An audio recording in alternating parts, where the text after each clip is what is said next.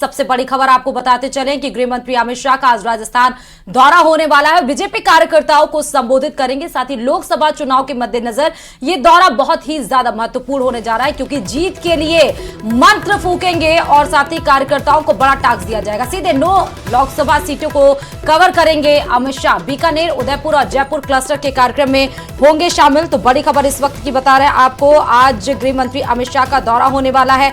9 लोकसभा सीटों को सीधे जिसका असर पड़ेगा, जैसे कि उदयपुर दौरे के जरिए उदयपुर, चित्तौड़ और डूंगरपुर को साधने की कोशिश की जाएगी। तो वही बीकानेर दौरे से बीकानेर, गंगानगर और चूरू लोकसभा सीट पर नजर होगी, जबकि जयपुर दौरे के जरिए जयपुर ग्रामीण और दौसा सीट को साधने की पूरी तैयारी में आज गृह मंत्री अमित शाह राजस्थान के दौरे पर इसलिए आ रहे हैं। सीधे 9 लोकसभा सीटों को कवर करेंगे, क्योंकि पिछली बार चुनाव में अगर देखा जाए तो 25 की 25 सीटें बीजेपी के खाते में थी, यानी कि 24 सीटें और एक तो गठबंधन था। लेकिन फिलहाल इस खबर पर हमारे संवाददाता बाबूलाल धायल जुड़े हुए हैं। बाबूलाल, क्या तैयारियां हैं और कितना महत्वपूर्ण लोकसभा की दृष्टि से आज का ये दौरा? जी, अमित शाह आज राजस्थान में एक तरह से चुनावी शंखनाद करेंगे और बीकानेर संभाग से बिगुल फूकेंगे लोकसभा चुनाव का। तो सबसे पहले बीकानेर पहुंचेंगे और वहां पर बीकानेर, श्रीगंगानगर और चूरू जो लोकसभा सीटें हैं, वहां के जो क्लस्टर प्रभारी हैं उनके साथ बैठक होगी। चुनाव प्रबंधन समिति की बैठक है और किस तरह की आबो हवा है और राम मंदिर की प्राण प्रतिष्ठा समारोह के बाद में किस तरह से माहौल बदला हुआ है, इसकी पूरी जानकारी लेंगे। किस तरह की मुश्किलें आ सकती है उस बारे में बात करेंगे और तमाम जो वहाँ के कार्यकर्ता हैं उनका यही आह्वान करेंगे कि उनको जी जान से जुट जाना है। पूरा देश बीजेपी को जिताना चाहता है, इसलिए आप भी अब इस काम में लग जाएं और पार्टी को जिताने में कोई कमी ना छोड़े। उसके बाद में अमित शाह उदयपुर पहुंचेंगे, जहां पर उदयपुर, डूंगरपुर, बांसवाड़ा और चित्तौड़गढ़ 2 लोकसभा की सीटें हैं, उसको लेकर मंथन करेंगे। वहां पर पार्टी के कार्यकर्ताओं और बूथ लेवल कार्यकर्ताओं का बड़ा सम्मेलन भी रखा गया है, जिसको वो संबोधित करेंगे। और शाम को वो जयपुर में आएंगे और प्रबुद्ध जनों को संबोधित करने का कार्यक्रम है। तो कल जिस तरह से महेंद्रजीत मालवीय की एंट्री कराई गई है बीजेपी में, उसके बाद में पार्टी के नेताओं और कार्यकर्ताओं को लगता है कि जिन जिन सीटों पर पार्टी मुश्किल में फंसी हुई थी, अब वहां के जो कद्दावर नेता हैं वो बीजेपी में आ रहे हैं और आने वाले दिनों में कई और बड़ी ज्वाइनिंग होने वाली है। तो ऐसे में बीजेपी यही समझ रही है कि उसके सामने 2024 में भी कोई ज्यादा चुनौती पेश नहीं कर पाएगी कांग्रेस पार्टी। और लग यही रहा है कि कम से कम 1 दर्जन नेता कांग्रेस पार्टी के अपनी पार्टी को छोड़कर बीजेपी का दामन थामने जा रहे हैं। तो ऐसे में बीजेपी के नेताओं और कार्यकर्ताओं का जोश भी बढ़ेगा, जनता में उनके बीजेपी के प्रति एक सकारात्मक माहौल भी बनेगा और मिशन 25 को पूरा करने में जी जान से जुटते हुए बीजेपी के नेता कार्यकर्ता जुटते हुए नजर आएंगे। और बाबूलाल, बहुत बहुत शुक्रिया तमाम जानकारी देने के लिए। और बहुत महत्वपूर्ण ये दौरा है, क्योंकि जीत का मंत्र आज यहीं से चुनावी बिगुल फूकेंगे। सीधे 9 लोकसभा सीटों पर प्रभाव रहेगा आज गृह मंत्री अमित शाह का राजस्थान दौरा पर। तो चलिए रुक करते हैं एक और बड़ी खबर की ओर। बड़ी जानकारी आपको दे दें, सीएम भजनलाल का आज बीकानेर दौरा रहने वाला है। लोकसभा चुनाव प्रबंधन समिति की बैठक में शामिल होंगे। सीएम भजनलाल उदयपुर दौरे पर भी रहेंगे। आपको बता दें कि उदयपुर में कार्यकर्ता सम्मेलन में भाग लेंगे और जयपुर में शाम को प्रबुद्धजन सम्मेलन में शिरकत करेंगे। तो ये बड़ी जानकारी आपको दे रहे हैं इस वक्त की। उदयपुर में कार्यकर्ता सम्मेलन में सीएम भजनलाल शर्मा भाग लेने वाले हैं और लोकसभा चुनाव प्रबंधन समिति की बैठक में भी शामिल होंगे। आज का ये दौरा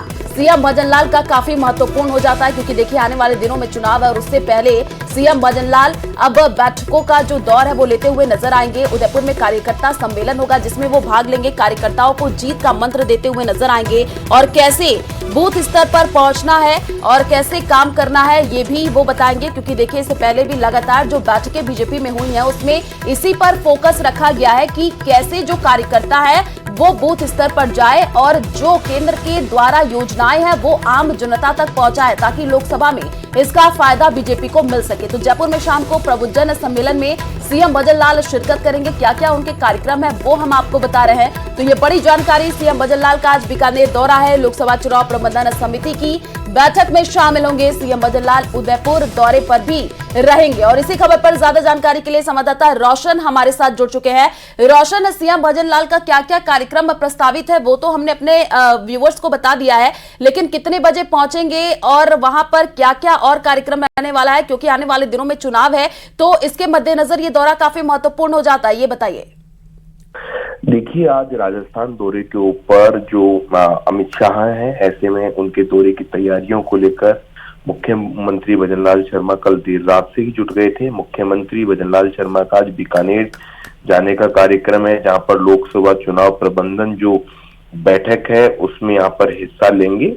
करीब 11:30 बजे जयपुर से मुख्यमंत्री भजनलाल शर्मा बीकानेर के लिए रवाना होंगे। इससे पहले स्वामी गोविंद देवगिरी जी जो हैं उनके कार्यक्रम में यहाँ पर हिस्सा लेंगे। RIC जो झालाना डोंगरी स्थित RIC कैंपस है, वहां पर करीब 9 बजे मुख्यमंत्री भजनलाल शर्मा का जाने का कार्यक्रम है, जहां पर अमृत काल के लक्ष्य को लेकर यहाँ पर एक सेमिनार रखी गई है, उसमें शिरकत करेंगे।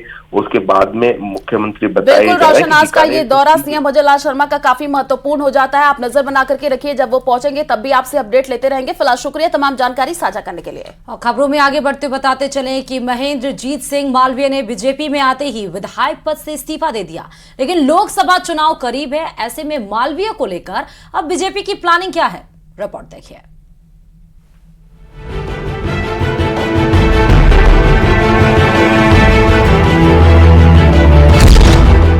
सही साबित हुआ खटका, कांग्रेस को झटका।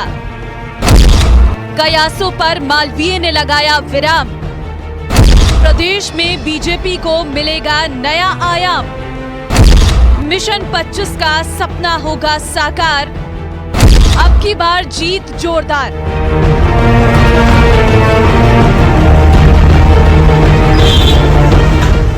बागीदौरा से कांग्रेस विधायक महेंद्रजीत सिंह मालवीय ने आखिर में कांग्रेस को बाय बाय कह दिया।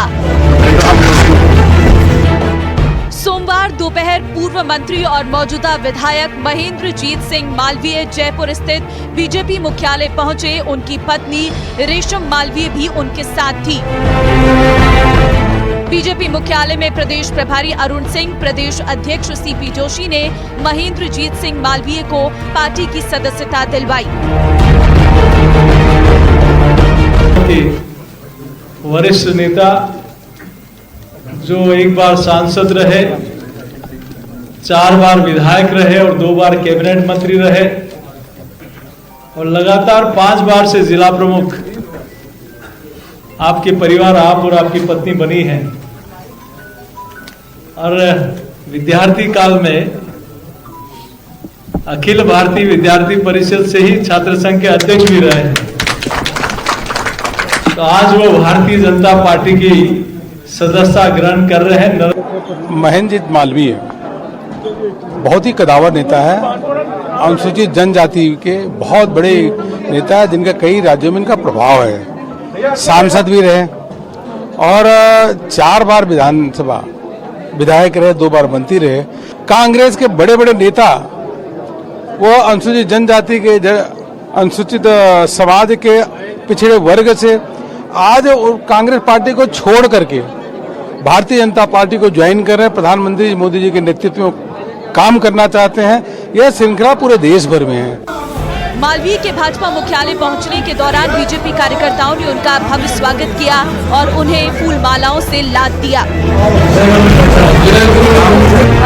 बीजेपी में शामिल होने के बाद महेंद्रजीत सिंह मालवीय ने कहा है कि वे तो बचपन से ही भाजपा से प्रभावित थे। मैं भाजपा का ही था।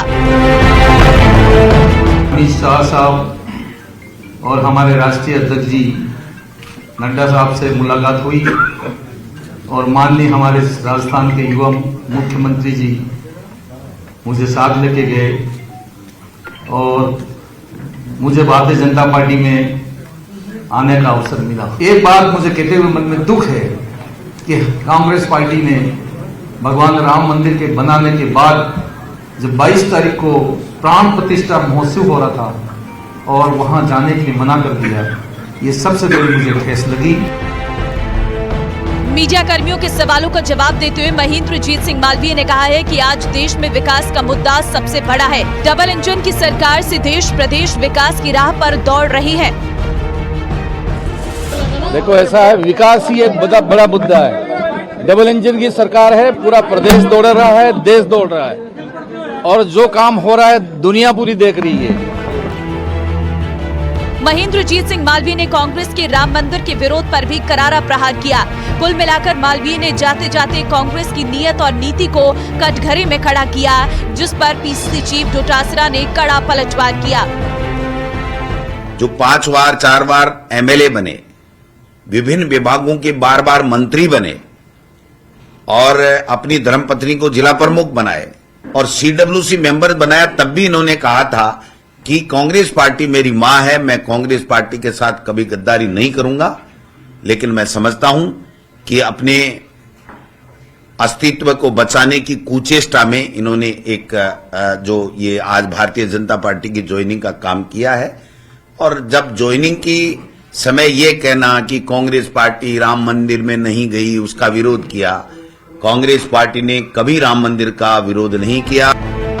कांग्रेस कुछ भी कहे कि सच यही है कि मालवीय के बीजेपी ज्वाइन करने से प्रदेश में उसे करारा झटका लगा है। पार्टी के बड़े नेता और सीडब्ल्यूसी मेंबर महेंद्रजीत सिंह मालवीय दक्षिणी राजस्थान में बड़ा आदिवासी चेहरा माने जाते हैं। उनके जाने से आने वाले लोकसभा चुनाव में कांग्रेस की मुश्किलें और बढ़ेंगी।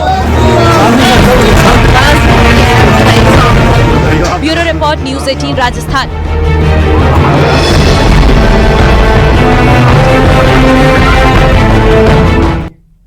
तो बड़ी जानकारी आपको दे दें, मालवीय के पार्टी छोड़ने के बाद कांग्रेस की पैनी नजर वागड़ की राजनीति में बड़ी हलचल। आपको बता दें कि आदिवासी क्षेत्र के कुछ बीजेपी नेता मालवीय के विरोध में है और बीजेपी नेता महसूस कर रहे हैं उपेक्षा। आपको बता दें कि केंद्रीय नेतृत्व और लोकसभा चुनाव के कारण अब चुप्पी साधी है। केंद्रीय नेतृत्व संघ और स्थानीय पार्टी नेतृत्व तक अपनी शिकायत पहुंचाई और विवाद के कारण ही दिल्ली में आपको बता दें कि मालवीय की जो ज्वाइनिंग है वो नहीं कराई गई। अब आदिवासी क्षेत्र के बीजेपी जो हुए वो मालवीय के खिलाफ लामबंद और वर्षों तक पार्टी की सेवा कर इन नेताओं ने पार्टी का जनाधार तैयार किया था। अब मालवीय के आने से पुराने बीजेपी नेताओं का अब जो है जनाधार वो खिसक सकता है।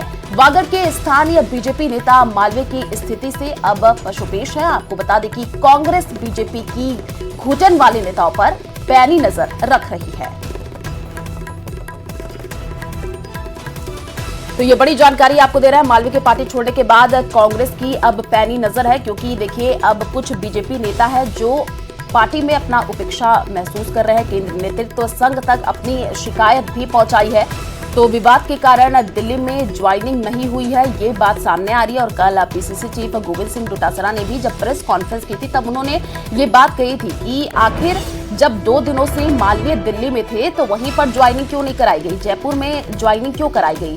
तो अब कई ऐसे बीजेपी नेता है जो कि उपेक्षा महसूस कर रहे हैं, क्योंकि देखिए अब मालवीय बीजेपी में आ गए हैं तो वहां पर कुछ ऐसे नेता हैं जो ये महसूस कर रहे हैं कि मालवीय के आने से उनका जो कद है वो अब कहीं न कहीं उतना नहीं रह गया है, ये उनको महसूस हो रहा है। ज्यादा जानकारी के लिए संवाददाता राकेश हमारे साथ जुड़ चुके हैं। राकेश, कल हमने तस्वीरें दिखाई थी, मालवीय बीजेपी में तो शामिल हो चुके हैं, लेकिन अब कुछ ऐसे नेता भी हैं बीजेपी में जो कि अपनी उपेक्षा वहां पर महसूस कर रहे हैं। अब कांग्रेस पूरी तरीके से पैनी नजर बना करके रखी है उन नेताओं पर। बिल्कुल, देखिए जिस तरीके से जो हाई पॉलिटिकल ड्रामा के तहत मालवीय बीजेपी में गए हैं, चूंकि मालवीय आदिवासी कद्दावर नेता माने जाते हैं, वागड़ क्षेत्र में इनका प्रभाव भी है और लोकसभा चुनावों को देखते हुए पार्टी ने इनको वहां पर तवज्जो दी है।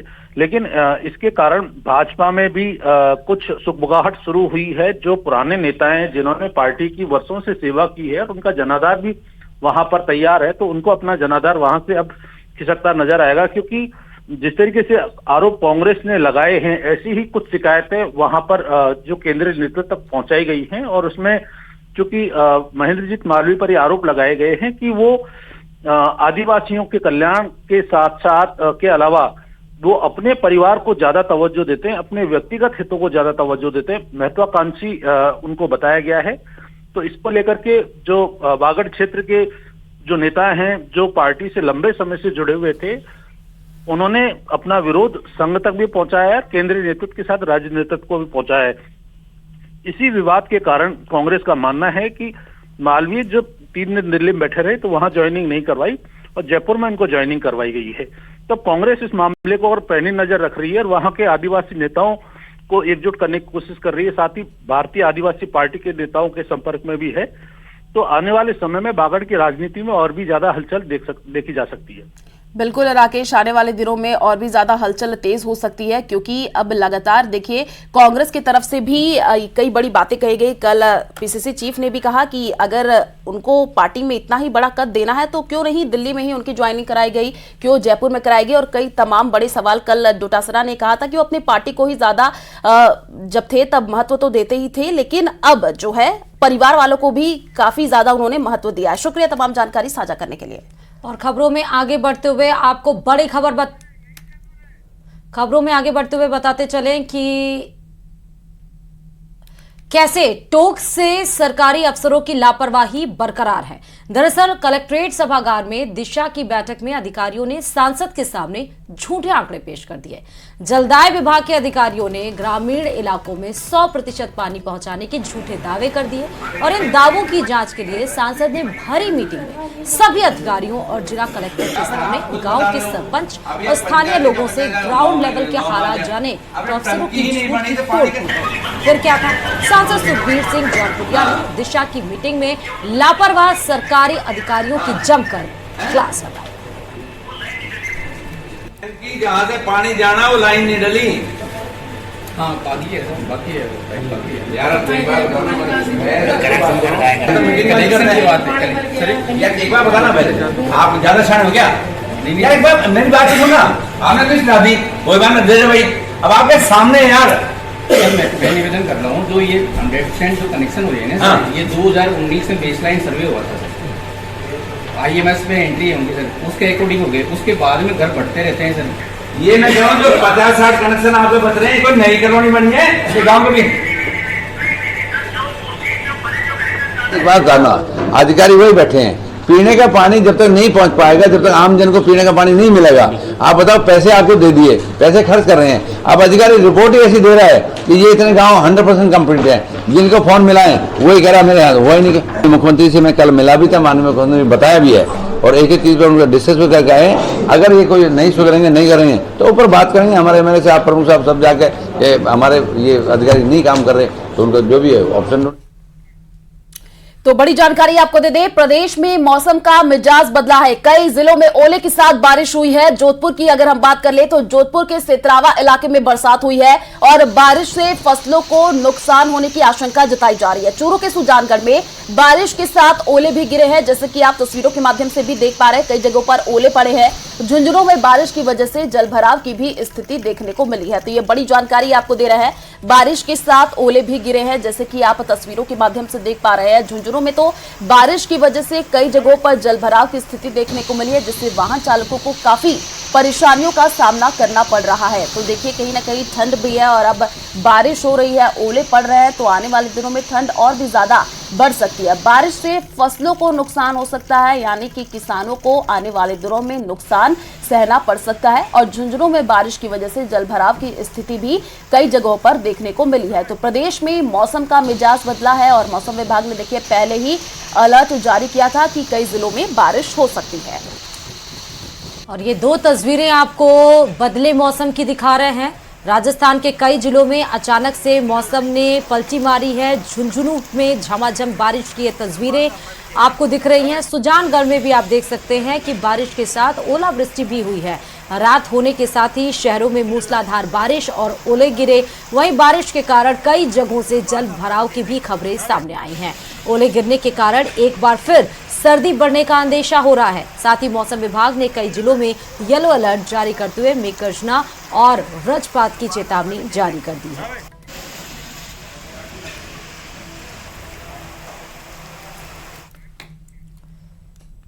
तो चलिए रुक करते हैं टॉप 10 खबरों की ओर। पीएम मोदी का जम्मू कश्मीर दौरा। आज पीएम नरेंद्र मोदी आज जम्मू में